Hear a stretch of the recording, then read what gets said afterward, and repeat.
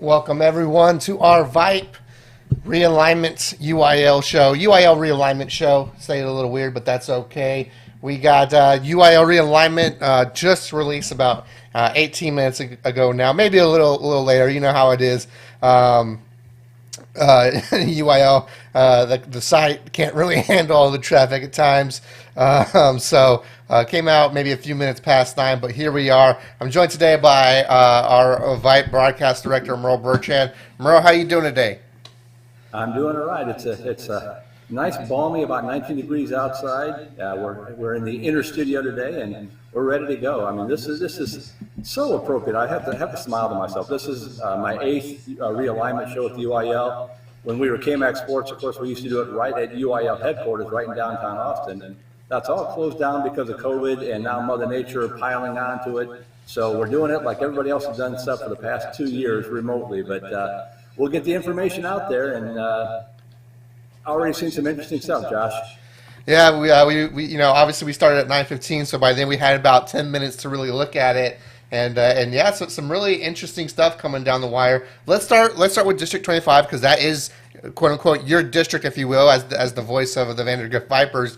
What do you think of how their district shaped out? It looks like not too much movement, but a little bit maybe smaller than you anticipated. Tell us about District 25 and 6A. Yeah, and in fact, I think what we should do is we'll just get the raw information out there first as quickly as we can. We'll just kind of read down some lists, and I'll start with that one. You and I can just kind of bounce back and forth.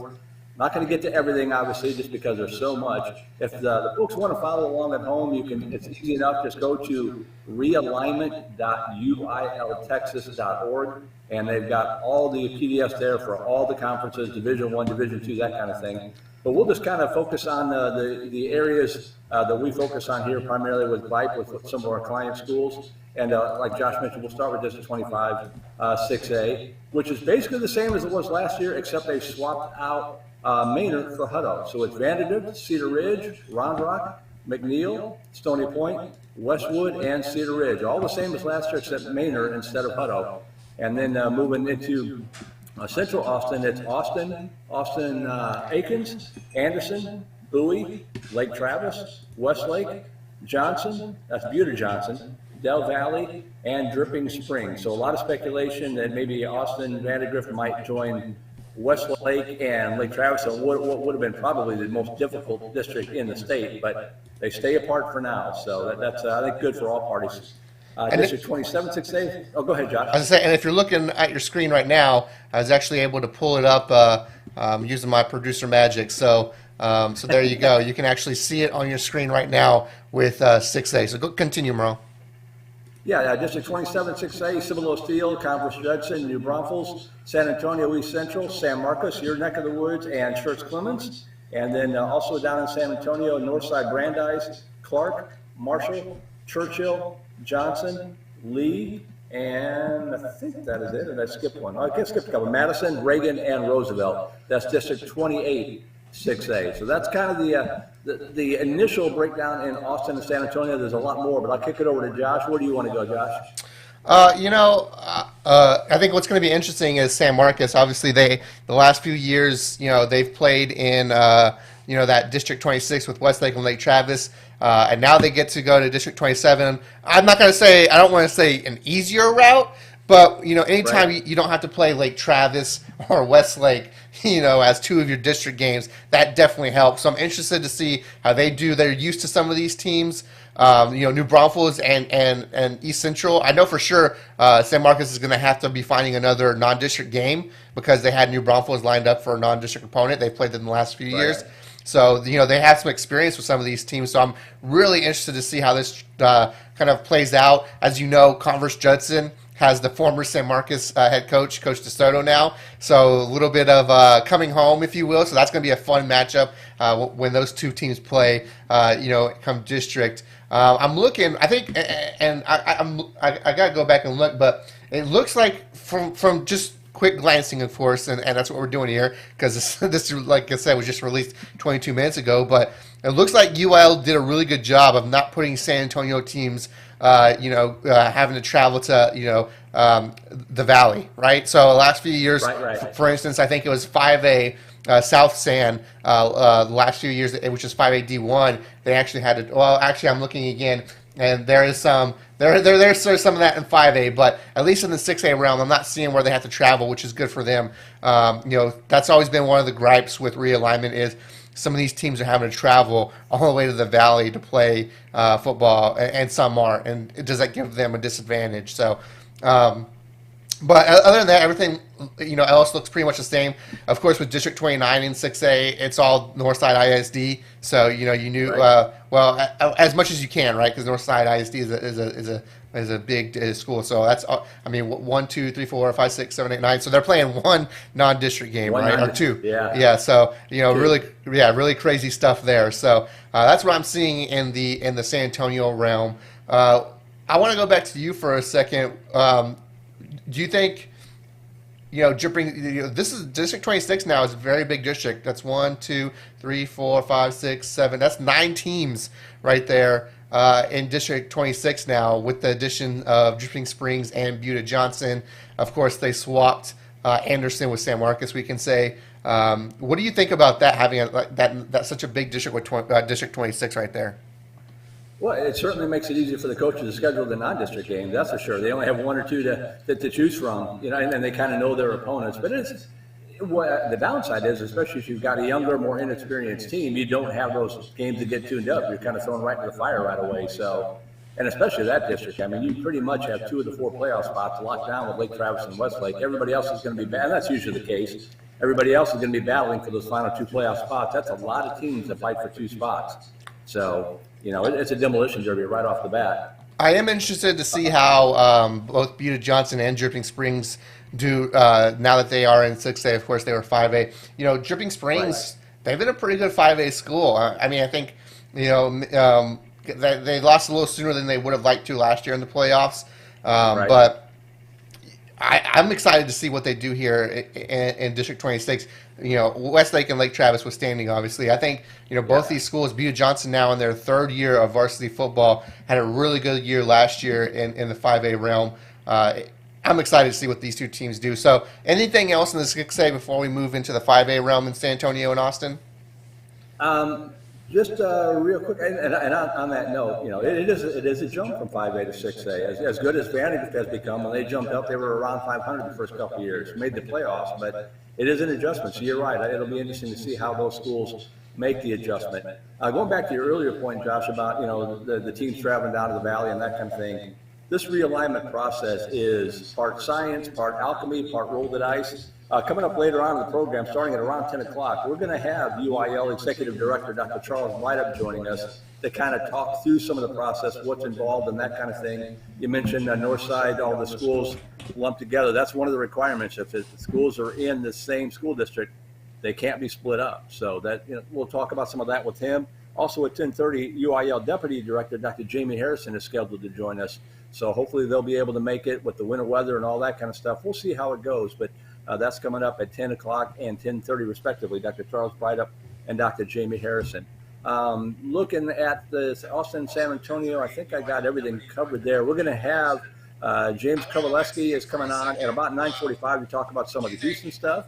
And we've got our VYPE Dallas-Fort Worth managing editor coming on to talk about some of the Dallas stuff here in probably 5 minutes or so. I will say, I want to jump in there real quick just to say she may or may not be on. She's having some stuff she's working on. So she said she was going to be on, but it may, how that can go. So just to give you a heads up, she may end up not being able to come on, but we hope to get her on. If not, I do have some Dallas stuff I can cover. So. Okay, good. Yeah.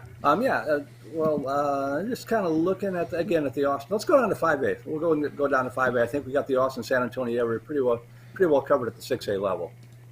So while we're switching over to 5A, we'll start with 5A Division 1. Of course, if you're new to the UIL, as I mentioned, part alchemy. 6A is different. It's all primarily by population, and 6A, of course, being the biggest one. The other schools, they know ahead of time if you're in Division 1 or Division 2. You see 5A Division 1 there. 6A, it's just sort of everybody plays together, and then when the top 4 teams are in, that's when they split it up to Division 1, Division 2. That's always a fun time of year, Josh, to figure it out in the playoff race where you're going to go, who your first round matchup is going to be. Yeah, well, and on top of that too, it's one of those things where it's like, well, okay, I have the playoffs locked up. I may be the 4 seed, but come playoffs, that just means I'm the 2 seed for 6A. So it's always one of those interesting things, when it comes down to the playoff time about where you're standing. Because if you're in the playoffs and there's maybe no way you can get maybe that one overall seed, maybe you just sit back and take a week off and rest the players. Lots of good jockeying there, and it kind of what makes 6A a little bit more fun, in those regards. Where at 5A and below, it's the 4 and all 4 go, and so you're always jockeying up until that last week. So I do have the graphic for 5A D1. I'll throw it up on the screen here now for everyone. So there we go. There is the 5A D1.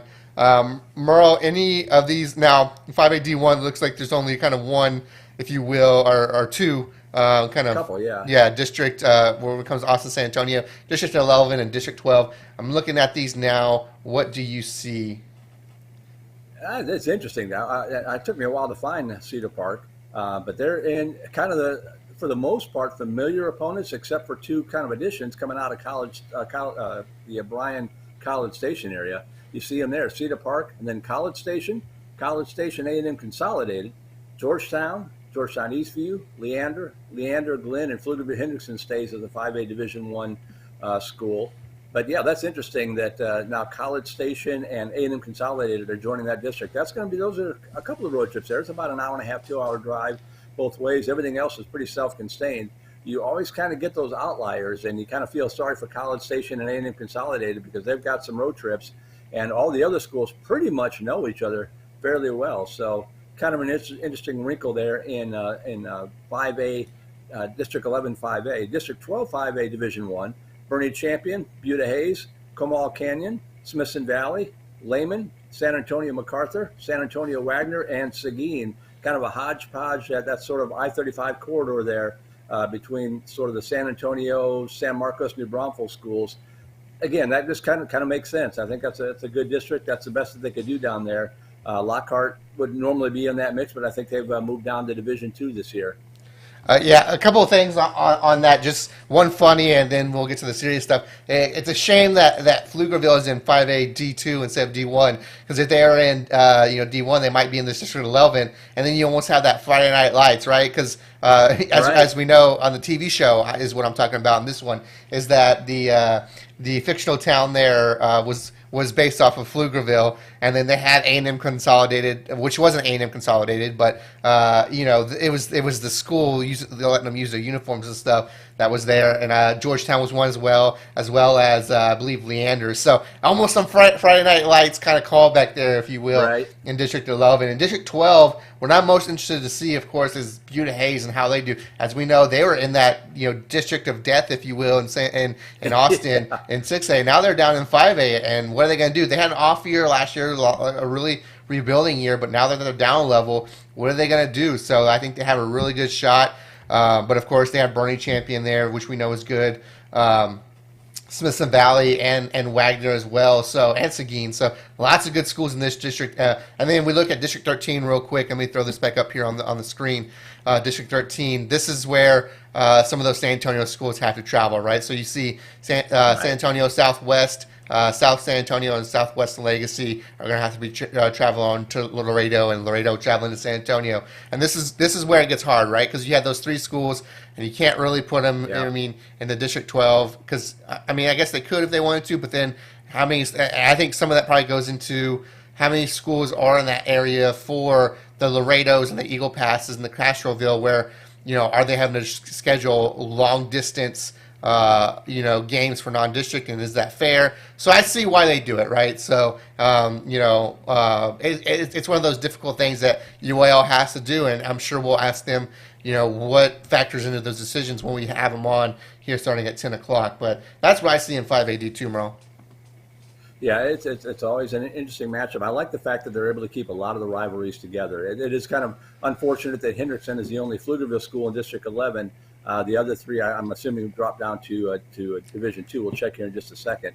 It would have been nice to see them playing at Pflugerville and Weiss and Connolly, but the population goes where the population goes. So Henderson is joining. They still have some rivalry games there with Georgetown, Eastview, and the Leander schools in Cedar Park. And again, down in District 12, that's just kind of a more of the Valley areas, a lot more travel involved there. Kyle Lehman, kind of an up-and-coming program. And it's going to be fun to watch and see how that all plays out. Yeah, I'm looking at 5AD2, and we can go ahead and pull that up now, too. Let's go ahead. I'm not seeing where Weiss is. Maybe I'm just blind at the moment, but I'm not seeing Weiss on these. Let's see here. Tell me if you see him, because I'm not seeing Weiss on these. On this. I jumped up to 6A. Hold on just a second. Not enough coffee yet. I don't see them either. There's got to be. Now, do they have one of those unique names where they're not just Weiss? Because I'm looking for Weiss, but maybe are they like Pflugerville Weiss? They would have been. I would think they would be Pflugerville Weiss, but we'll check into that.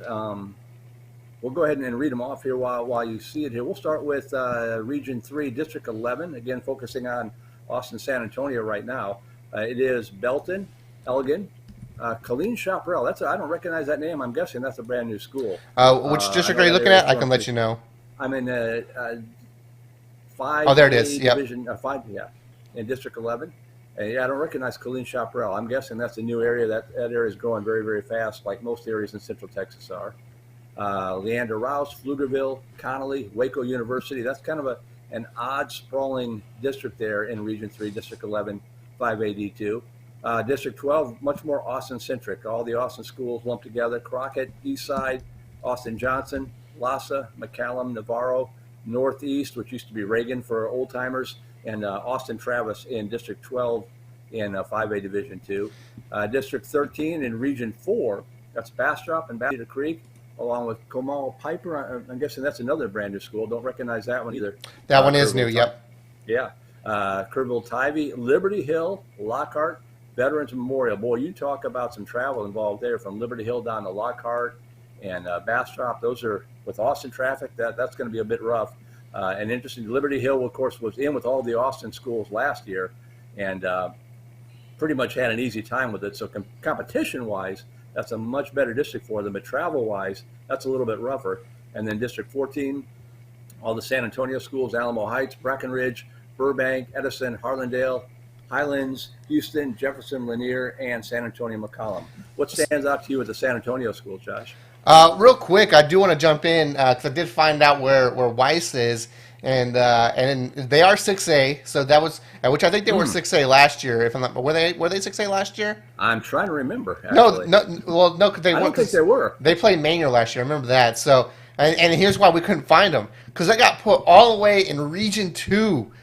District 12 of 6A. So here's Pflugerville Weiss's opponents. They're playing Bryan, Coppers Cove. Hutto stays in that district as well, which I didn't notice first as well. Killeen, Harker Heights, Weiss, Temple, and Waco Midway. So lots of traveling coming up for Hutto and Pflugerville Weiss in the 6A realm. Very, very. This is one of those weird ones, right? Where you think they're going to stay in the San Antonio area, but because of just how many teams there are, especially when you have Buda Johnson and Dripping Springs moving up to 6A, it makes more sense to put the Weiss and Hutto up north a little bit more than Dripping Springs and Buda Johnson. So that makes perfect sense. Yeah, them moving up definitely affected that. So again, you said what stands out for me for 5A, D2.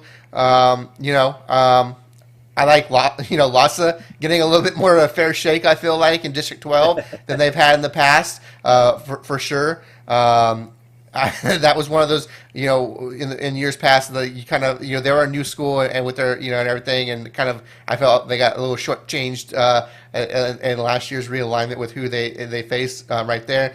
But again, it's one of those things, and especially in the D2 level, you just basically put all the San Antonio schools together, right? So keep them all together. What is that? Is that 10 schools? 1, 2, 3, 4, 5, 6, 7, 8, 9. Yeah, 10 schools. So only one non-district game for each of them. So that's always the weird stuff, right?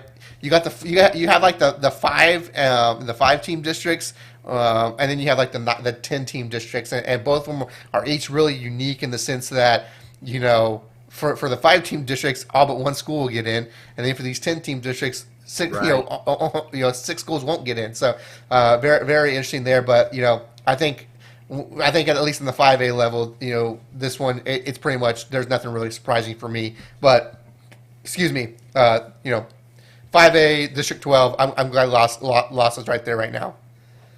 Yeah, I mean, they wound up playing, I think, Wimberley and some of those schools, and that's really tough for a new program to come in. You're just trying to get things started to take on teams that are perennial state power. So that's a little bit rough. So again, you can find all these realignments yourself at realignment.uiltexas.org. We're talking primarily football right now, but football and volleyball for the most part.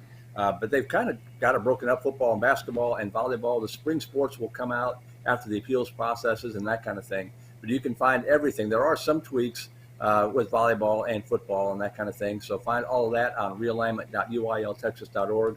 We're focusing primarily on football right now. Got about 6 or 7 minutes, I guess, before we bring in James Kowaleski out of Houston or Shanna out of Dallas. That's kind of up to you which one. I think it's going to be him. I think she won't be free until maybe in between the two interviews. So that's perfectly fine. We'll talk about Dallas then. Let's look at. I guess we can try and look at 4A and 3A real quick. I know that's not really, a lot of people only care about the big schools, but I try and give the small schools some love. I definitely want to look at 2A because there was something I told you about 2A. It's really surprising that I wanted to get to, but let's do 4A Division 1. I got it pulled up here. I'll throw it on the screen for everyone. So there we go with 4A Division 1. Let's see. It looks like Region 4 is the areas to pay attention to. So District 13, you got Burnett, Canyon Lake, Davenport, Lampasas, Marble Falls, and Taylor. Davenport, I believe this is their first official UIL season. They've been they've played some UIL opponents, but they haven't been in an official district. So they've been in that kind of weird, like it was weird kind of thing. I don't think they can make the playoffs type of thing. District 14, and we know them because they played St. Michael's last year as well. Yeah. District 14, Bernie, Fredericksburg, San Antonio Kennedy, San Antonio Memorial, Somerset, and Uvalde. District 15, so a little moving here between District 14 and District 15 for teams I know, which is mainly my alma mater, Pleasanton. So District 15 is Beeville, Jones, Floresville, Lavernia, Pleasanton, Port Lavaca, Calhoun, and Rockport, Fulton.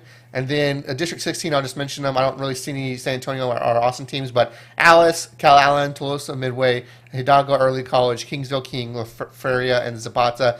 Something for District 15, for those that might not know, is looks like Floresville was a 5A school last year. They dropped down to 4A, so I'm really interested to see how Floresville does moving down a district. They've been pretty decent in the 5A D2 realm, so really interested to see. Kind of rivalries renewed because Pleasanton and Floresville right next to each other, so a little bit of a rivalry right there. Excited for that, as well as Beeville Jones, Shayna, alumni of Beeville Jones. I'm an alumni of Pleasanton. They actually met in the playoffs this year, and Pleasanton won. So a little bit of a rivalry right there. So this is one of those things where they just kind of move. I think they like every kind of realignment.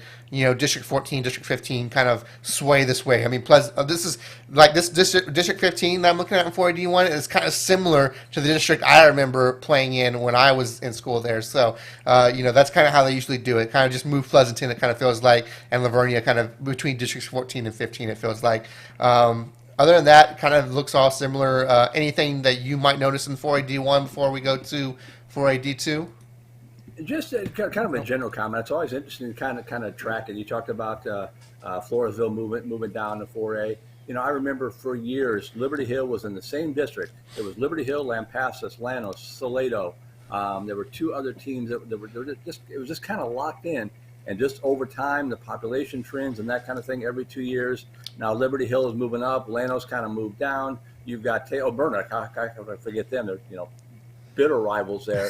Now they're totally in different conferences now. Burnett having to travel down to Comal to take on Canyon Lake. It fascinates me to watch the population shifts and wind up where schools that have played each other year after year after year, all of a sudden they just can't anymore, even though they're close by. They might schedule each other as non-district opponents, but it's just kind of fascinating to me to watch things move around and to see long-standing districts just kind of get broken up. It's inevitable with the tides of change. Yeah, and real quick, we got about 2 or 3 minutes. So if you actually want to let him know that he can jump on if he wants to. One of the last ones I want to talk about before we bring him on, and I'll throw it up here. We're gonna skip a few classifications, and we're going to go to 2A D1. I just want to show this to everyone here before we get him on, talk some Houston ball, and that's District 15, right there. You're looking at it right over here. We can see my mouse on the thing. Refugio and Shiner, probably in 2A Division One. Those are the two names we think of for the most part when it comes to football powerhouses. And this, the next 2 years, they are in the same district together. That is insane. That is going to be, I mean, we talk about Westlake and Lake Travis, taking two of those playoff spots. In District 15, it's going to be the same thing for Shiner and Refugio now. So, you basically, years past, if you're in Refugio's district, there's still 3 spots available. Now there's only 2 spots available, if you're asking me. Now, of course, things can change. Football teams can get better and worse and all that. But, just at first glance, Refugio and Shiner, those teams have their playoff spot locked up. And now even better is that because they're, kind of in the same district together, that's going to help them when it comes to not seeing each other maybe as early. So what a big shakeup there in 2A Division One with District 15. As I mentioned, my brother, he's the offensive coordinator for Three Rivers, and I just said, man, I'm sorry, man. I'm sorry that you have to have Refugio and Shiner. So it looks like we have our Houston kind of correspondent. And Merle, I'll let you introduce him, as I know you know him better than I do. Yeah, I'll bring him in just a second. I just want to jump real quick to 4A Division 2 because we're kind of hopping around now, and I apologize, but we've had sort of the time to absorb the initial shock. We're just kind of missing stuff. 4A Division, you don't have to call the subjobs, but 4A Division 2, Region 4, District 13, Austin Achieve, Geronimo Navarro, Gerald, Lago Vista, one of our schools, along with Maynard New Tech and Wimberley. That's a tough road there for those schools having Wimberley in that district. But and Geronimo Navarro. And Geronimo Navarro. We hadn't really mentioned those schools. We cover several of them, so we wanted to get them in there. That's District 13, 5A Division 2, District 13. That's going to be a tough district. I mean, you look, Lago Vista, they got to, the regional semis, I believe, this past year. So Wimberley, of course, made a little bit of a run as well, as did Navarro. If I'm not mistaken, they met each other, Navarro and Wimberley did, in the regional semis, I believe it was, or regional finals, one or the other. So that district, that's a good district to bring up. That's going to be a tough district. Go ahead, Merle. I'm sorry. It is. All right, no, that's okay. And we do it, like I said, I just wanted to get them covered because we want to give the love to the small schools, especially those whom we cover here at VYPE with the broadcast and that kind of stuff. So I wanted to get that in. We're going to jump back up to the 6A level and the Houston market. We've been talking primarily about Austin, San Antonio so far. And I want to bring in Mr. James Kowaleski, who's a former coach at the Aldine ISD School District in Houston. He's now one of our best broadcasters here. And James, thanks for taking the time out this morning. You recovered from your rain-soaked soccer match last night. How are you this morning? I'm doing great, Merle. Appreciate it. Appreciate y'all having me out here. Yeah, we got to watch Memorial and Northbrook clash last night. Then the rain came down. We had to protect the equipment, so we had to cut a little short. But happy to be here. Well, you've had a little time to absorb things, I think, now. And, we talked primarily with Josh and I here with Austin, San Antonio, because that's where we're based out of. We wanted to give some love to the Houston area, some of the schools that we cover at VYPE and some of the other interesting schools in Houston. Let's go ahead and jump up to back up to Conference 6A. Go ahead and if you have the information there, go ahead and read it out, talking with your neck of the woods, and then we'll discuss it a little bit. Sure. Really what I would consider Houston, it's kind of interesting, it's divided into 4 regions. So there's actually part of, Region 3 is all predominantly Houston, right? But we do have 4 districts that I would consider Houston that are in Region 2. So I can start up there. You start District 13. You've got all of the Conroe schools, which, man, now that's ballooned up to 6 of them. You got Conroe, Caney Creek, which is a jump up. They were lower before, right. So that's going to be a tough jump. Grand Oaks, Oak Ridge, the Woodlands, a mainstay, former McCullough High School, College Park. And then they're also paired there with New Caney, Willis, and Cleveland. Down to 14, 6A, that's kind of our bread and butter here on right. Flow Sports, powered by VYPE. My background, I was the head football coach, campus athletic coordinator at Aldine High School, the Mustangs, 1990 state and national champs, so we have a rich history over there at Aldine. But they're in District 14, so District 14 is basically comprised of Aldine and Spring, right? So Aldine and Spring ISD right there on that I-45 corridor. So you've got the 5 Aldine schools, Aldine, Davis, Ike, MacArthur, Nimitz, Spring, Dekaney, and Westfield. One thing I wanted to point out, you're talking about kind of digesting this, and I don't know if you guys want to jump in on any of this, but one of the cool parts as a coach, from that perspective is you can't really fully set your non-district schedule, right? Because you don't necessarily know if you're going to be in a 7, 8, or 9 team district. So that's really part of the fun part, right? So for the fans tuning in, I'd say most of the districts are usually like an 8-team district is pretty par for the course, so to speak. I see a couple 9s that I was going to point out as I go through. That's kind of scary because, only the top 4 make it, so it's a tougher path. But, as far as you were saying, like I was texting some of my coaching buddies. I texted my good buddy out at Pasadena, South Houston. He's in a 7-team district. And I said, I like the new 22-6A. And he said, yes, sir. So, well, and that's something we kind of talked about before with District 27 and 6A is that San Marcos, and thankfully they kind of, they had the idea that this could happen, but New Braunfels and East Central were 2 of their non-district opponents for this season, and now they're district opponents, so they're already having to find new non-district opponents. So stuff like that it's what makes realignment so interesting, right? Is sometimes these opponents that you may have lined up for non-district suddenly become your district opponents, and you have to jump in and find new games. So it's one of the fun things about realignment. That's a great point, Josh. I'm sorry if I missed the name, Josh. I think that's a great point. A lot of that stuff's written in pencil, right? Exactly. you're trying to line up and get it all worked out. And honestly speaking, when I was at Aldine, we weren't the most competitive, and so it's kind of a dance of trying to find the right non-district opponents. That's another interesting thing that we could talk about just quickly a little bit. Is I was trying to find opponents that matched up well with us and gave us a great game, but everybody's doing that. And so those opponents are very in high demand and they run out quickly. At the same token, your premier programs, they have different goals, right? They're not worried about just making sure that we try to get a non-district win. They want to test themselves, iron sharpens iron, play the best of the best, because they're expecting, a long postseason run. So that's another cool thing. And I know when you guys probably cover, I know Merle told me in the past, you cover a lot of this kind of stuff live. It's kind of cool. Like when it's released to the coaches, you see them and they're all kind of like holding up sign, they're trying to, get with other coaches and finalize those schedules. I don't know if you guys wanted to, speak to that a little bit. I was going to mention that, and I'm glad you brought that up because it's a nice transition. Usually when we do the show live, there's also centers all across the state, like here in Austin. It's typically the Kelly Reese Athletic Center where everybody's huddled in the room, all the coaches are, and it's like the Iowa caucuses. They like we said, they've got them penciled in. They might know but they don't know how many games that they need. So they've got to try to figure out, okay, this game is still, I had 3 planned, now I only need 2. Or I had 3 planned, now I need 4. And they're just kind of going around. Talk about that process as a coach. What's that like to try to wheel and deal and try to figure out who you're going to play on the fly like that? It's exciting. To me, like, you talk about the pageantry of high school football and people say, Texas high school football is just different. Like that scene right there and the photos and videos that come from that, I think personifies that. But I mean, there's a lot of things to consider. Like I said, in my personal situation, I was looking for competitive balance.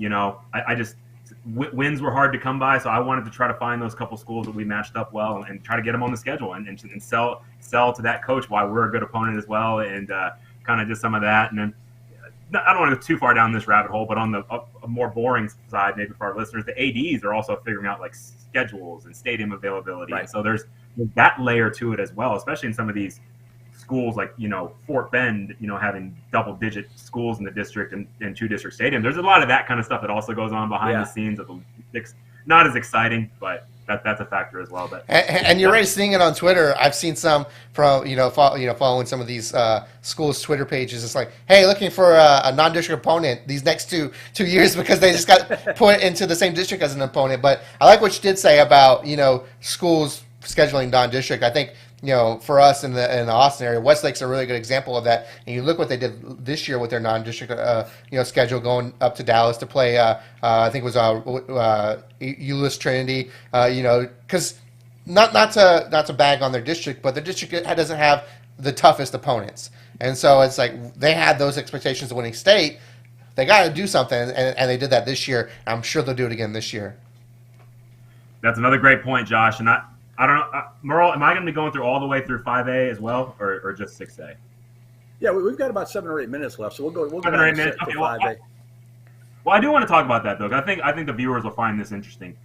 Fort Bend Marshall High School down in 5A Division II. I'm good friends with the coach James Williams out there, and he's in a situation where he's paired with a lot of HISD schools, which aren't quite at that same competitive level as like a Fort Bend Marshall, and it's kind of like Josh described. Sometimes you can just roll through district and you're winning 70-0 running clock week after week after week, and that's a disadvantage. It really is for your players, trying to keep them hype, up for the next week. And so what James talks about is he tells me, Kobo, like, practice is our game some weeks.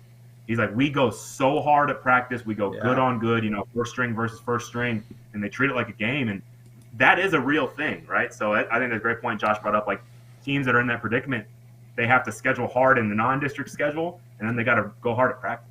I will say, too, I don't know if you've seen it yet, but they actually might have somewhat of a challenging kind of schedule now. They got put in District 9. I have it up on the screen for the viewers at home in Region 3. So they got paired with Willow Ridge, Port Neches Groves, Texas City. Texas City is a good school. They made it deep in the playoffs last year. So maybe somewhat more of a challenge than in years past. So they got moved around. So I'm interested to see that if you want to jump in. No, it's a great point, Josh. I had not actually looked that closely at that particular district, but to me, I bet you if I ask Coach Williams, I think he's happy about that. Mm-hmm. And it might seem counterintuitive, like it's a tougher road now, but I think that's what he's been wanting. And I still think that Marshall's going to be at the top of that district. I do believe that, but that's going to be, he's going to really be, I think he's going to be happy to see that. Another thing, if you notice there, Josh, Belton stood out to me. Belton is led by Brett Sniffen. He's my mentor. He was the head coach at Ridgepoint High School where he brought me up as his defensive coordinator. They were 6A last year. You know what I mean? So they've made a jump not from 6A to 5A Division I. They've made it from 6A to 5A Division II. Yeah. Coach Sniffen is as cunning as a cat. I think when he made that move, I think he knew kind of how the demographics are shifting. I think he saw a pathway where he could go from a 6A ball club that was successful, that was with the addition of the new Lake Belton High School, would go into 5A Division II. And that's another thing that coaches like, I don't know, people joke about Highland Park always being like right there at the edge of that number. It's a competitive advantage to be able to play down, and granted, when you go down, it's still a very tough road. The best teams are the best teams. They can compete at any level. Right. But I remember like when we first started Ridgepoint, before we'd gone up to the top classification, we had a competitive advantage, So I think that'll be interesting to see if Coach Sniffen and James Williams, two old foes back when they're in Fort Bend, can meet again in round 2 of the playoffs. We got about 5 minutes left before we have our scheduled interview. I forget which doctor is up first.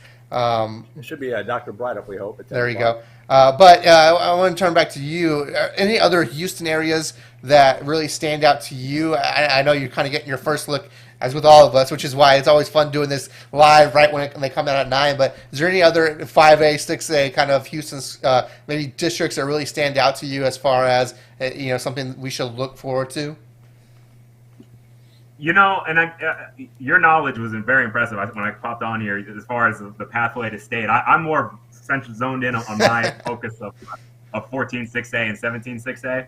But one thing I will point out is in 20 6A. The return of Fort Bend Hightower. And I'm a Fort Bend guy. I graduated from Fort Bend Austin. I coached at Ridgepoint and Clements. That's an interesting one to me. And that's another tough district now because now they've gone to 9. They still have George Ranch in there, and they've added Hightower. And as you guys know, I mean, Hightower has been to state. Braylon Addison had a miraculous run, through the playoffs. And so Hightower is a very competitive ball club, well coached by Cornelius Anthony. So that's going to mix things up there in 26A. 26A is a great district. Clements last year went to the playoffs for the first time since when they had Derek Carr, back when they had a big run when I was coaching there. So this is a really cool district. You got Clements ascending. You've got the return of Hightower. You've got George Ranch mixed in there, who Clements, knocked out of the playoffs last year in a thrilling game. So 26A is a cool one to keep an eye on. And I also want to point out 19 6A. I texted some buddies out there. That's a Goliath district now. That's a gauntlet. It's a 9-teamer. I'm interested in some of these 9-teamers like 26A and 19 6A, but that's kind of where I think as a coach, rather than like looking at state, like I think a lot of coaches, we're wired first, like let's just get to the show.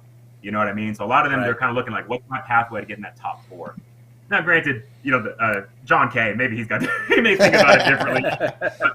For most of us coaches, we're just looking at like that aspect of it. But look at 19 6A. Yeah. Katy needs to say no more, right?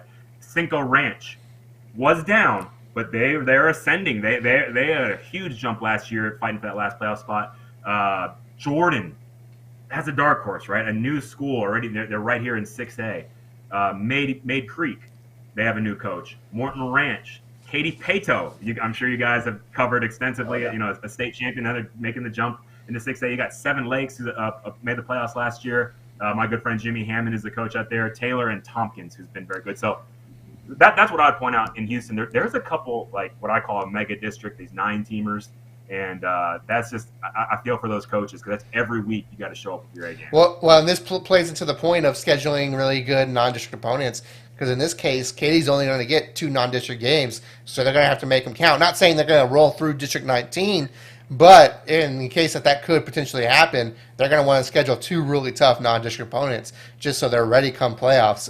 But we got a couple of minutes here before the good doctor is supposed to jump on. One thing I do want to mention, in District 7 of 6A, that's where Highland Park goes. As we know, Highland Park, for the longest time, everyone always made the joke that the UIL cutoff was one above what Highland Park's enrollment was for 6A. But now they're officially in 6A, and they get put in District 7. They'll have Dallas Jesuit, Irving MacArthur, Irving Nimitz, Richardson Berkner, Lake Highlands, and Richardson Pierce. So interested to keep an eye on District 7 to see how Highland Park does in their first year of district play.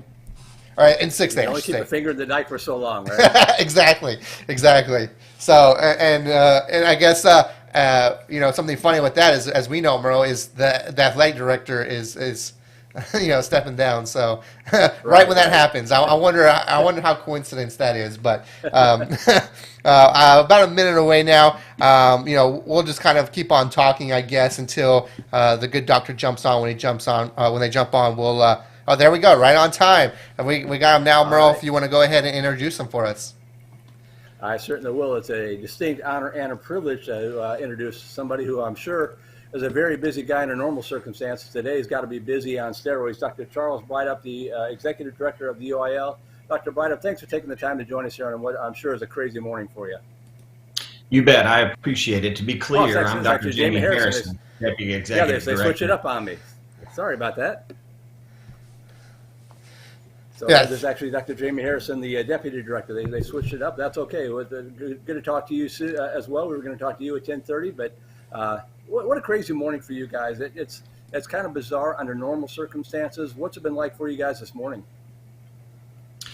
Well, as you can imagine, this is a busy morning on any realignment release year day. But you throw in the weather that 2/3 of the state or more is suffering, and it makes it extremely complicated. On a typical release day, we have between 20 and 25 different sites around the state that are opening hard copies of the alignment, and you'll have rooms full of football coaches. It looks like a scene from The Wolf on Wall Street where they're all hollering, I need week 2, I need week 1. Many of those sites aren't able to host in person this morning, so we had to take some extra steps to get the alignment out to the right people so they could share it with those schools at 9 o'clock. It caused a little delay on our website, but we were able to get through that. It was more important for us to get the alignment in the hands of those sites that normally host in-person meetings, many of whom were hosting online meetings today. Well, talk about the realignment process in general. What's it like? I know it's changed over the years. I know we've talked to you and Dr. Brydup in the past, and you talked about pins in the wall with rubber bands. Talk about the realignment process. Obviously, the population is the driving force, but what else factors into it for you folks? Well, we have a number of alignment rules that we have to consider when putting the alignment together. As you mentioned, student enrollment in grades 9 through 12 is the biggest factor in determining what conference that a school is placed in, but there are some other rules for some specialty schools, for magnet schools and early college high schools and charter schools. Those schools that have a smaller student population but are located in much more high population density areas than the rural schools that have similar enrollments. So all of that goes into placing them into districts. You mentioned the pins and the maps. That's one of the biggest changes over the last few years in our process, where we literally used to use road maps and thumbtacks and rubber bands to make districts. And now we use a program called GIS, which is a very popular GPS and mapping software that helps us run some real-time data much more quickly. It helps us run different scenarios much more quickly. So that's been really helpful to us as well. I've always kind of joked in years past when we've done the show from your headquarters that realignment is sort of like, the redistricting that Congress goes through every 10 years. Are you giving those guys any pointers this time around since they're happening at the same time? Well, it's a little different animal, but there's a lot of similarities, as you mentioned. Yeah. You know, I've answered this question a lot lately with this response. Our alignment process is like putting together a giant puzzle where every piece is a puzzle in and of itself. It is very complicated for us to get through the process, but we've got a good process for doing that. We feel good about the product that we released today. And what folks don't realize is you're already working on the next one. How soon is it before you kind of get the first draft sort of penciled in for the next one 2 years from now? And at one point, is it more or less considered locked for you guys? Well, so let's kind of walk through that as we're talking about the next alignment. So we have already started analyzing the current data to see what possible changes could look like for future alignments. There is a data lag there, because if we look at the data we have today and how a future set of rules might look for it, by the time we implement those rules, the data will be different. In a fast growth state like Texas, the data just changes pretty drastically. But we're looking at those first. What different rules, what different structure might we have? How can rules be tweaked? 7A or a third division here. How do we address that disparity in 4A? All those conversations are already going on in our office. And then from the time when it comes to putting the maps together, we really can't start at all until we take that enrollment data from schools. So that'll happen in October, a little over a year and a half from now. Once we have those enrollment numbers, we're able to place schools and districts. Then we get those dots on the map and we start putting them together. So, we take that number in very late October. By the end of November, we have maps that are probably 85 or 90% complete early December. Wow. Usually by the time we get to the football championships, we have maps that are near final, but there's definitely changes that occur after the football championships. Sure. A first draft for most maps, we can get a first draft done in about a week. There's 11 football maps. We'll have those 11 drafts done in about a week, maybe a week and a half, but they go through several iterations. We'll make 9, 10, 15 in some cases, different versions of maps, and see which one works the best by the time we get to the football championships.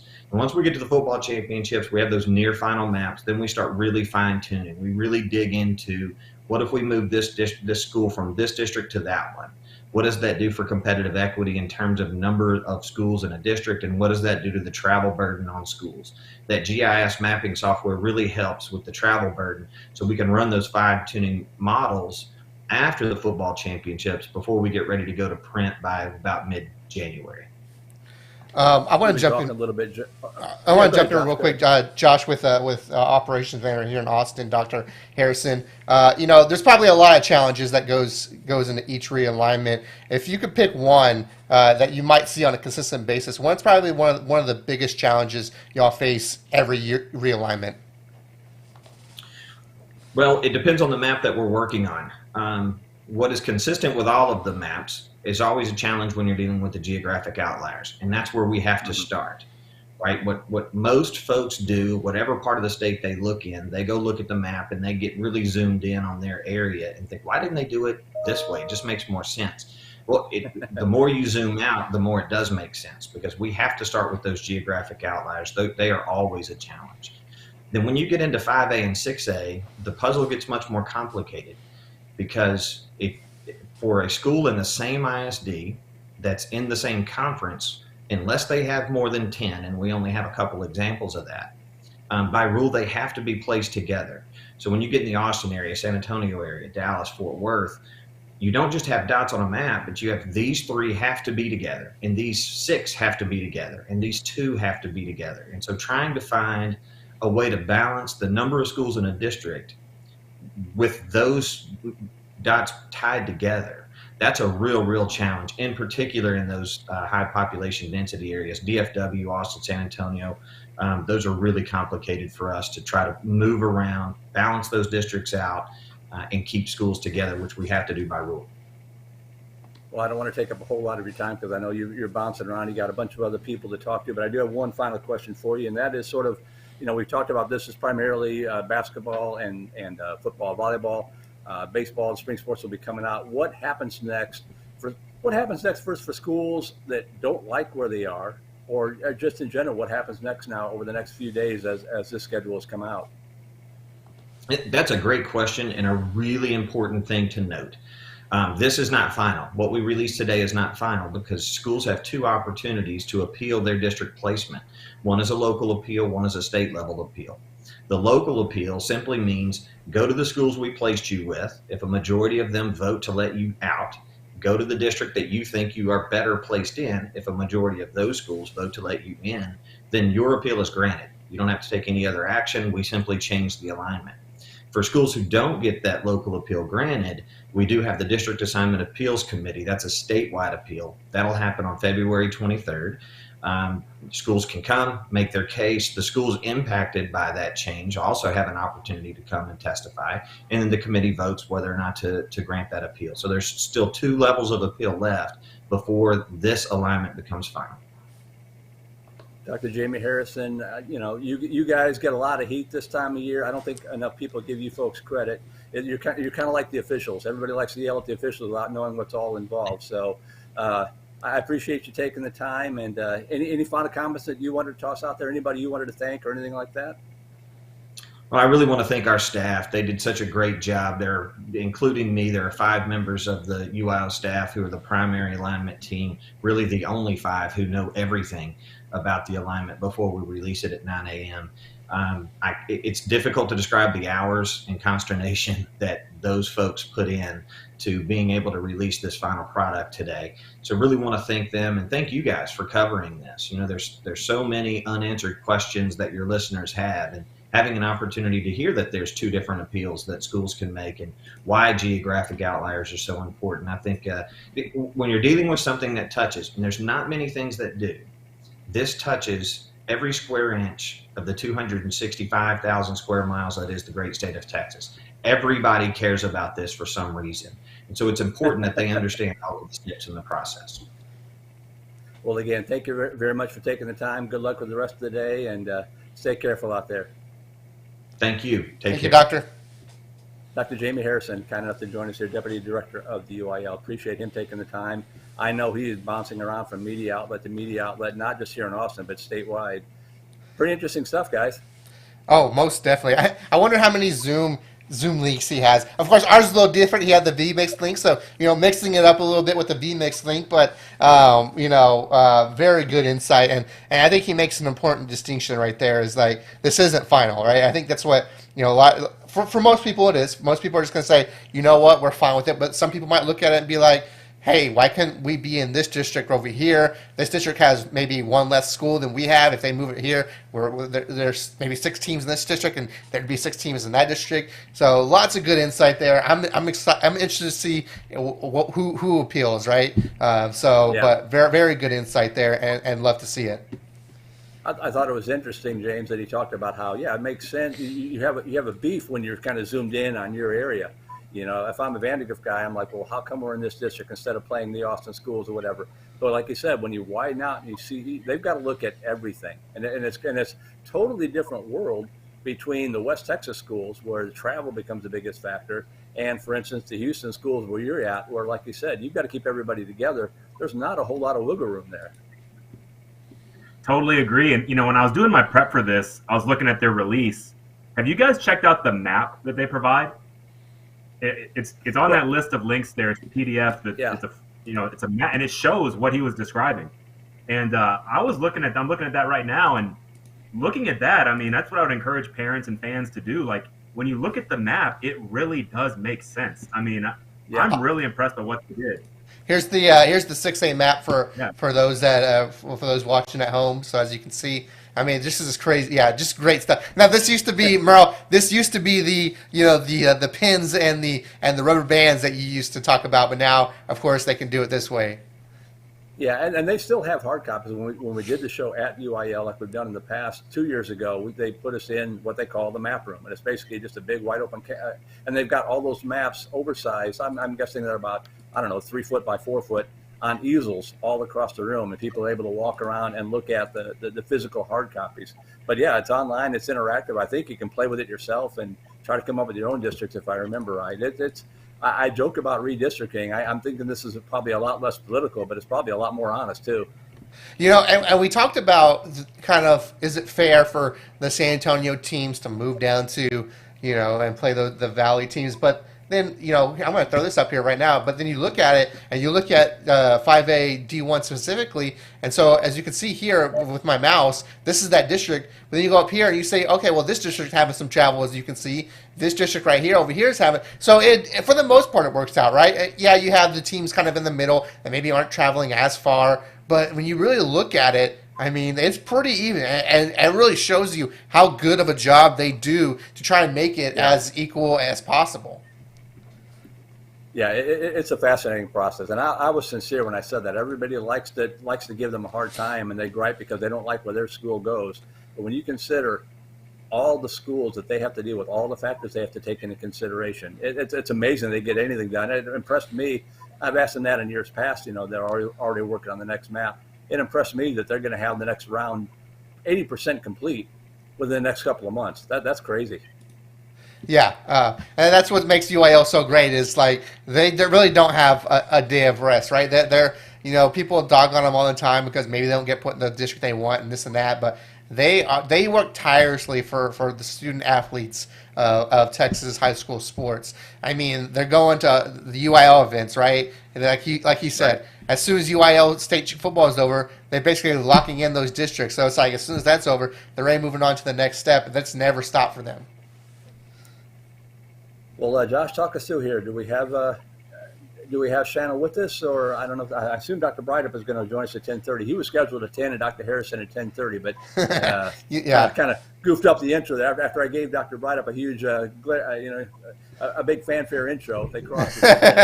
That's on me. Okay. That's on me. I'll take that one because I could see that it was Dr. Harrison, but because it said on my VMix log it says James Harrison because he typed his name, but you know you're already in the throes of your introduction and well, you know, when you're there in person, you can actually see who you're talking to. So that's my bet on that one. But I don't think Shayna. It sounds like Shayna won't be. She said she wouldn't be available at 10:30 at the earliest. So I told her to check in with me before she was jumping on. So we got about 15 minutes here before he jumps on.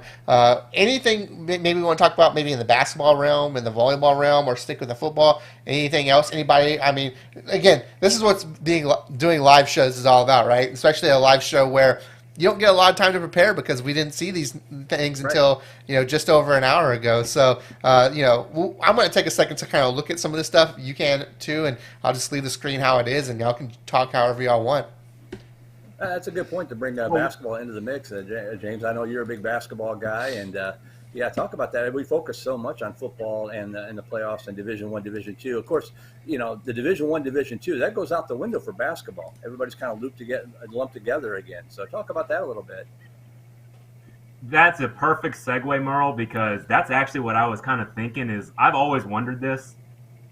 Why not just make it 128 team bracket? And I don't be afraid to put a UIL member on the spot in an interview, but why not just make it a 128 team bracket in football? And the state champ just has the only person it affects is the state champ's going to play the state finalists are going to play one extra game and play a 17th game. But just let's get a true 6A champ. I've always kind of felt that way, and I know why they split like that to try to match size, but I think size can be a little there's plenty of good schools that are half the size. They can compete at that level, I feel like. Right. So I just always kind of wanted that. I probably wouldn't put somebody on the spot that question, but I think fans might like it. And I've talked to a couple of coaches. They would love it. Yeah, we want it. One more football game in Texas? Are you kidding me? Yeah.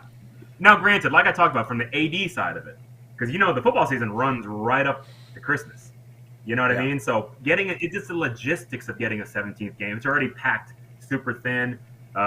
I bet that's a big part of it as well that we have to consider. Yeah. And I know they have good reasons for why they do it. Also, player safety. You don't want to make it too long of a season. You want to make sure that I've always kind of wanted that. I just wonder what you guys thought about that.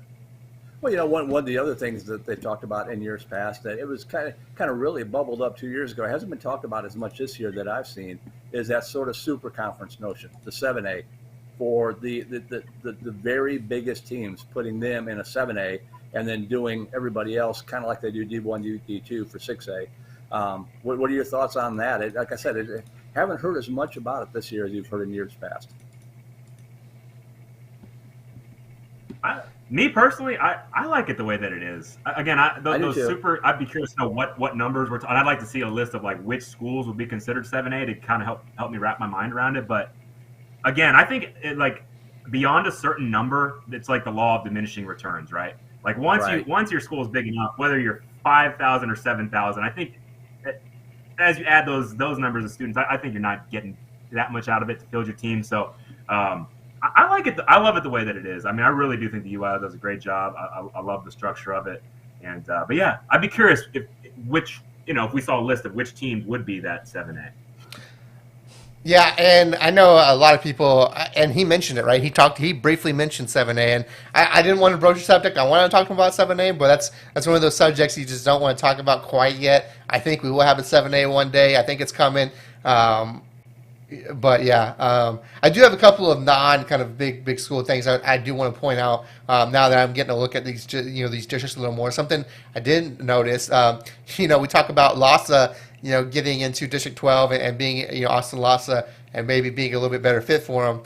But something we didn't mention in that is in that district you have LBJ, right? They moved into 5A D2 this year from 4A, and man, what a district for them to go into, moving up. All right, sometimes you move up. And they used to be 5A. Yeah, they were 5A. I think up until the last realignment 2 years ago, they dropped back down. So that's kind of a natural move for them. Not to interrupt. Sorry about that. No, you're fine. I was gonna say, but you talk about moving up and it being difficult. I think this district is perfect for them to fall into the settle into the 5A realm. So that district should be theirs, in my opinion, to that should be their district to win if they really want to.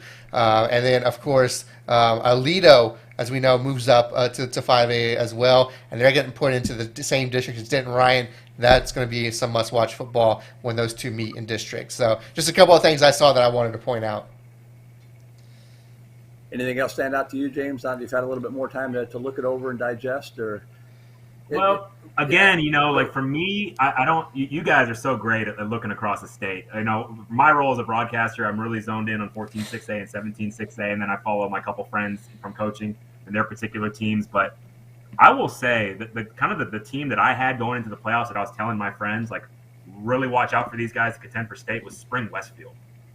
So I got to see them up close and personal in the 14-6A season, and I was so impressed with them. And from what I recall, I believe they had several juniors, a lot of powering that success. And so I was curious, y'all's take is people that are looking at it at more of a macro level than I am. How do you feel like Spring Westfield stacked up last season, or even coming into next season, whichever you want to take on?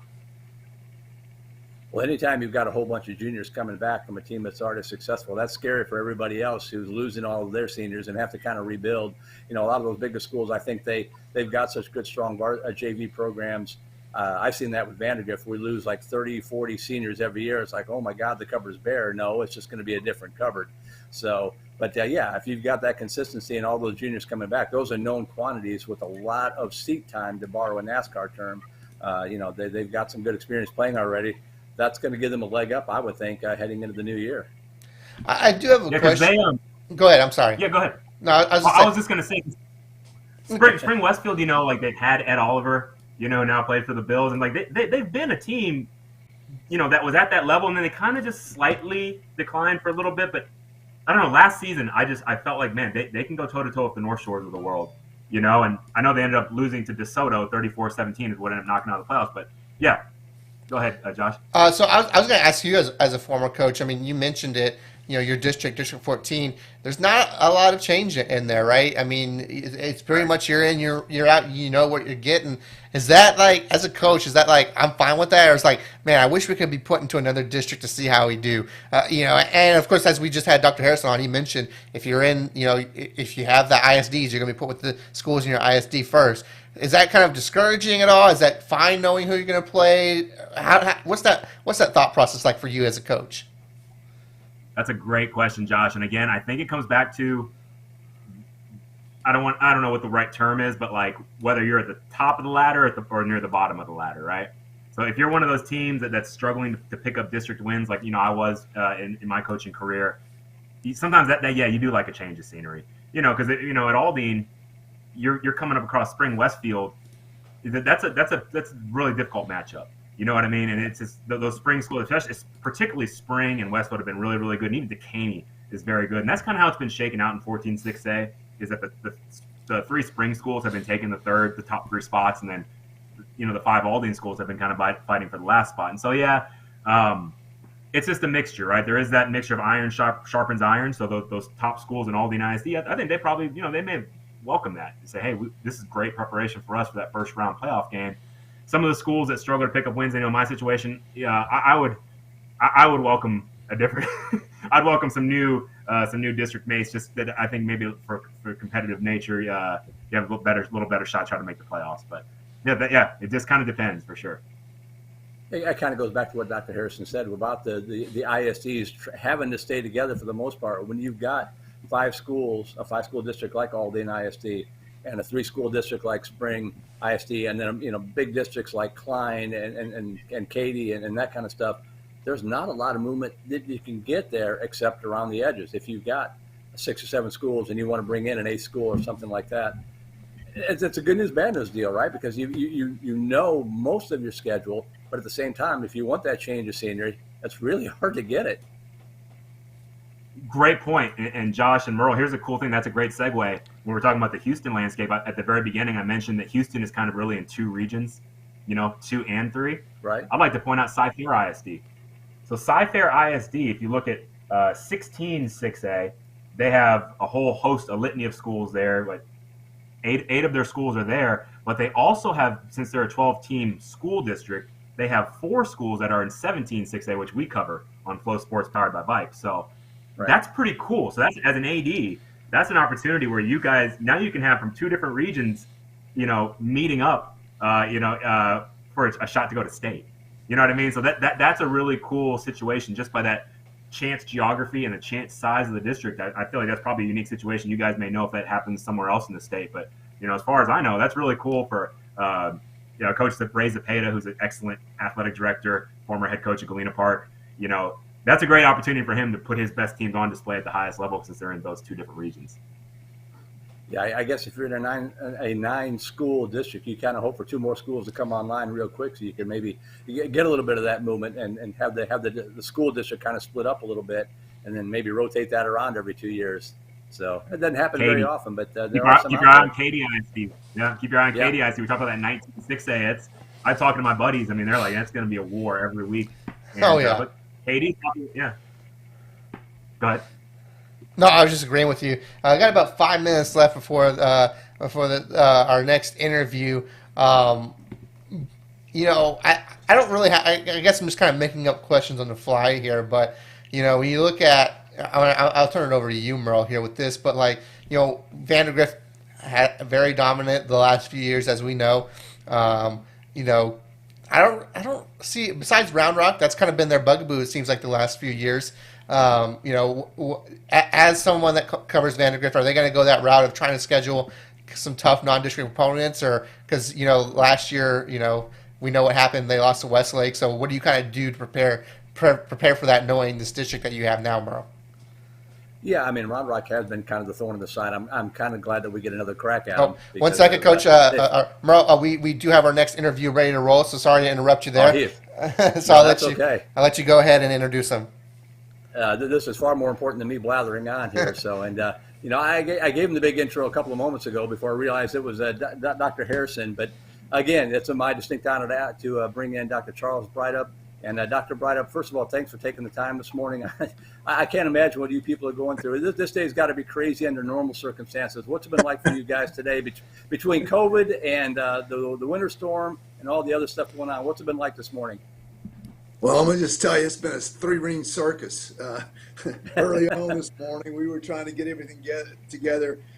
We've had dress rehearsals on this, and we had another one yesterday based on the weather-related issues we had, trying to get information to the region service centers where we know all the coaches are going to gather and all the superintendents are going to get together.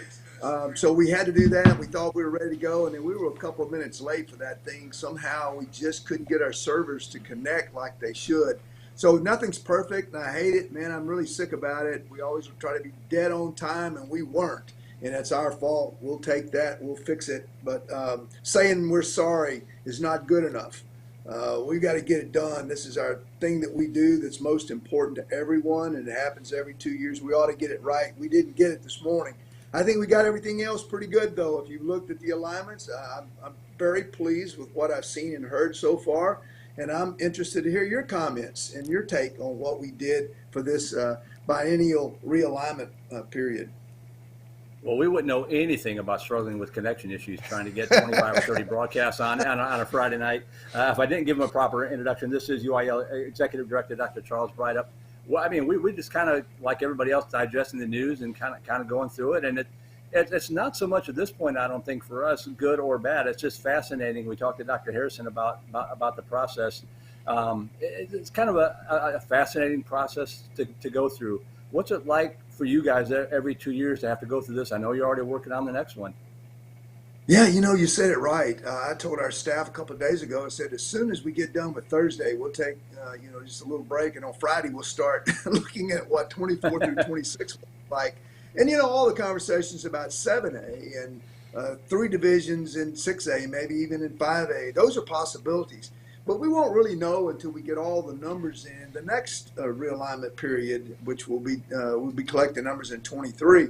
So what we have to do is take what we have in hand and start looking at what that process might be moving forward. And I just look back historically every time, and I mean we used a 5-team alignment for 50 years.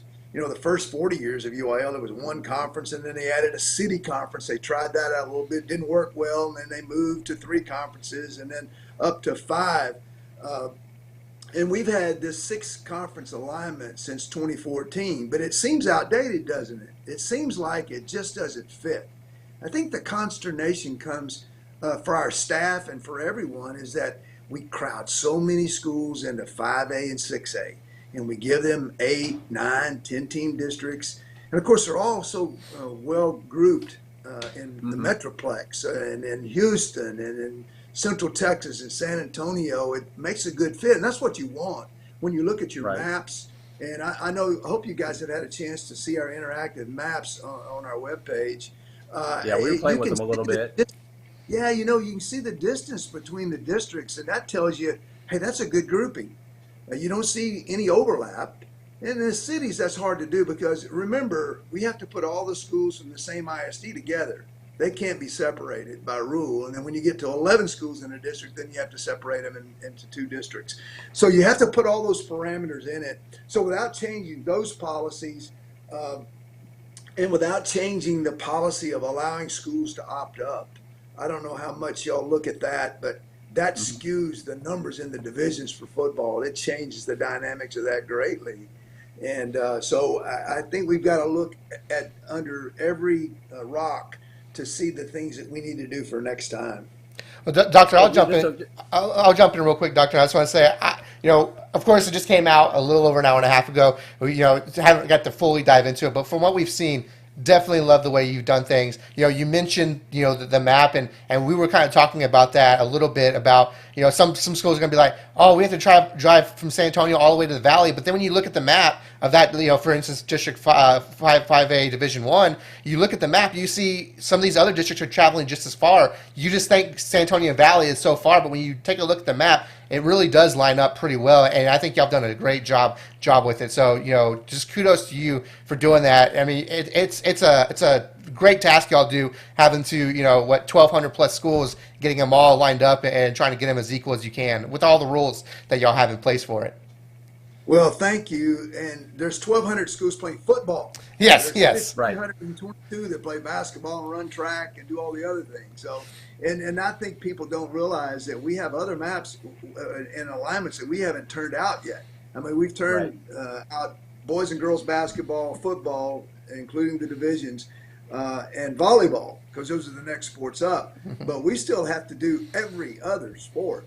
And those hopefully will be out in May. We do these in this fashion, so we know the great interest in football, the fact that scheduling is so important, and they do that on every other year, alternate home and home basis. So we have to get that done. And basketball, it's because most every school does play basketball. That's why we do that. And then we look at the rest of them based on what the appeals look like. If we see some shifts, and we'll know the next alignment for softball, baseball need to kind of look that way. They all look differently, though, because there's different numbers of schools who participate in each sport. Well,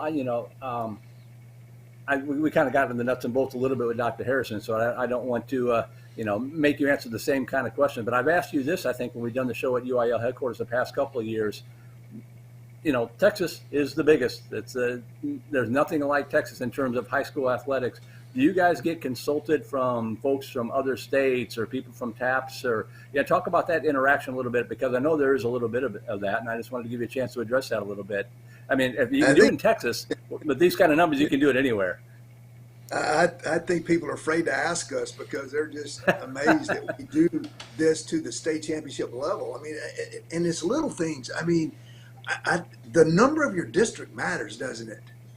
Right. It matters whether you're in Region 1 or Region 2, depending on which conference you're in. It matters whether you're in District 25 or 24. That's significantly different for some people. Some regions are loaded with powerhouses in specific sports, and it may be different in a different sport.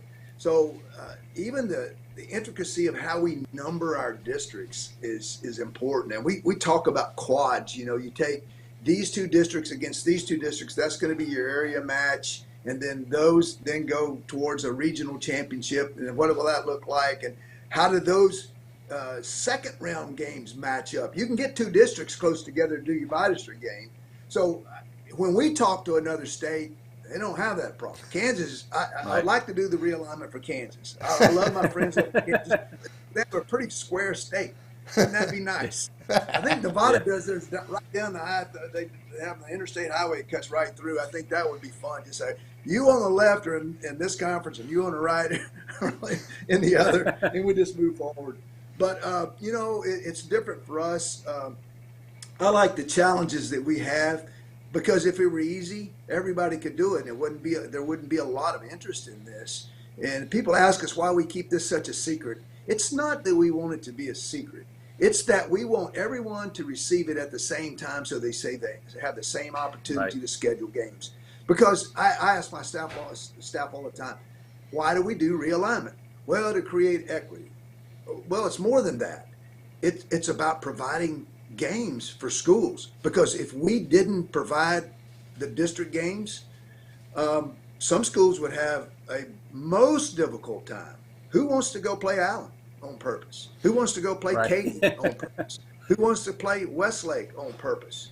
And that's true in every conference. There's a school there that will have a hard time finding games. And so if we don't give them 5 or 6 district games or 7, they are struggling trying to get a team schedule put together. So it's more than just equity. That's the major premise of it. But we're required to provide games for them when possible. And it's, of course, 4A is such an anomaly because you see the stretch in the enrollment from top to bottom. That disparity range is the highest of the one we have, but it's much better than it used to be. But well, breaking news here. Go ahead. Sorry. No, I'm just saying you cut that down and you don't have enough schools to provide games. You have to have 192 schools to have 6 teams in a district. So that's just the way that works. I was just going to say, breaking news here on VYPE. The executive director of the UIL, Dr. Charles Biden, says you've got to eat your peas before you can have your pudding. Well, I know you're Yeah, that's exactly right. Yeah. I know you're really busy, got a lot of other folks to talk to. On a more serious note, and kind of stepping back from realignment a little bit, I just wanted to give you a chance to talk about, COVID's still out there, and it's amazing to me. I never thought last August, I honestly didn't think we would get to the end of the fall season, get to the football and volleyball championships. Just talk real quick and give a chance to give credit to your staff. What's it been like dealing with that? And it's still going. You still have to deal with it for another half of school year and maybe beyond.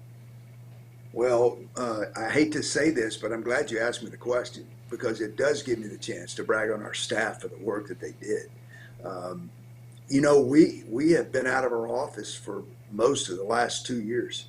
Since the state basketball tournament in March of 2020, the university determined that we were considered non-essential. So at least to them, and I understand what they're talking about, but we have had a skeleton crew work in the office. We've done this realignment virtually. We've done it away from the office. I mean, we've had a crew up there locked in, doing some things and working those maps and running the big printer that we have for the maps so we could see the visuals. But our staff is incredible. Jamie Harrison heads up the realignment team. I did that the first 19 years that I was at the UIL. This is my 15th alignment. I can tell you they do it so much better than I did. I like the fact that we didn't have to use the push pins and the road maps and the rubber bands. But man, that was kind of fun. I learned a lot more about the state of Texas than I thought I knew when I first came here, learned how to pronounce names. But the COVID thing, back to that question, it's important because without our school superintendents having some courage to say, we need our kids back in school, we need them having some activities. We don't want to have school without sports. And I think you guys understand what I'm talking about. Where would Texas public schools be without extracurricular activities? I mean, it's the lifeblood of a school. It's a discipline referral program for most schools. It's the thing that brings students to school each day and interests them in getting their homework done and passing their tests and passing their courses, else they can't play.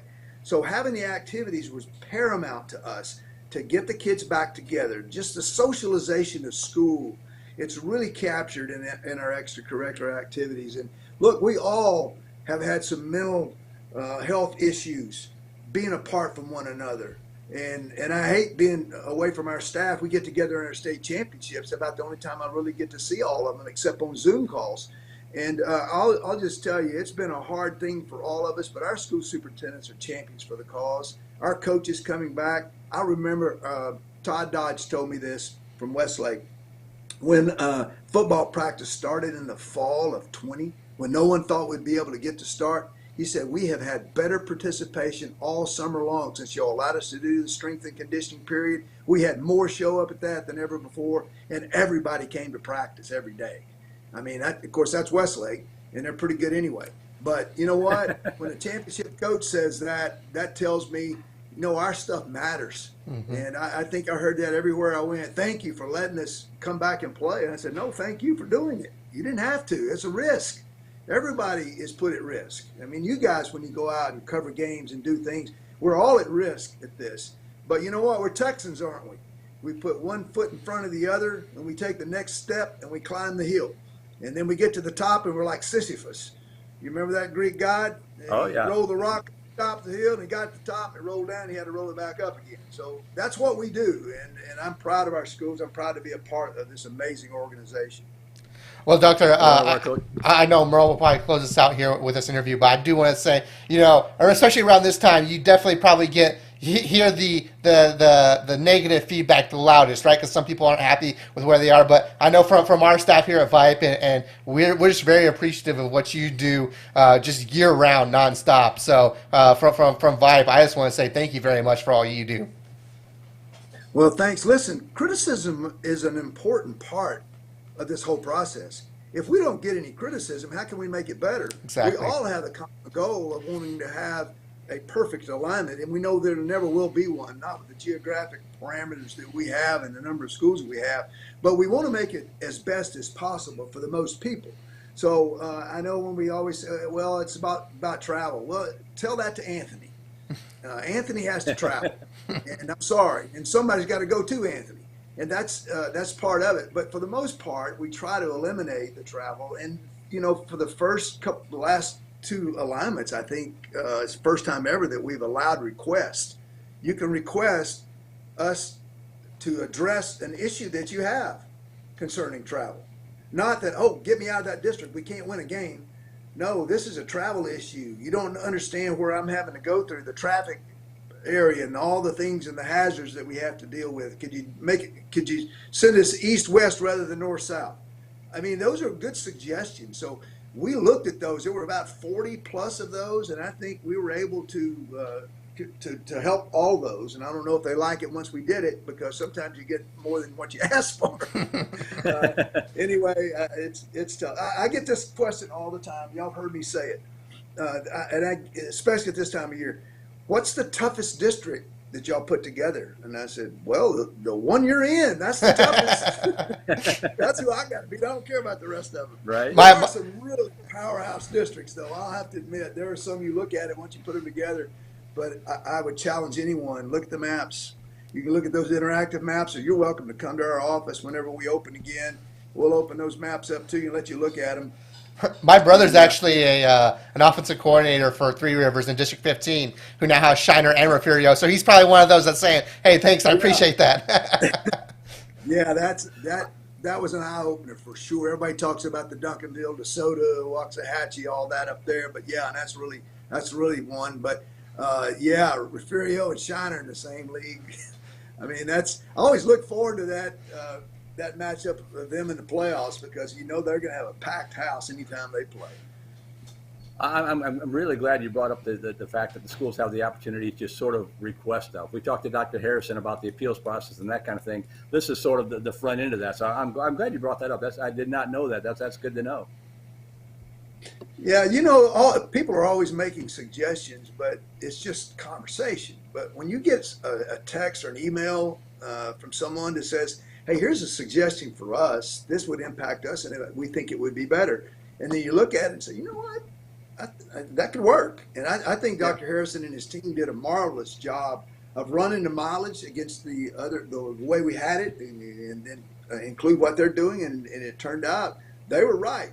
And so we're not perfect. We're a team of people who are trying to do the best we can, and every suggestion helps. And I would say this too. Everyone has the numbers, the number of schools, the breakdown. That's all finite stuff. I mean, that's all right. Objective data. Everything else is kind of subjective.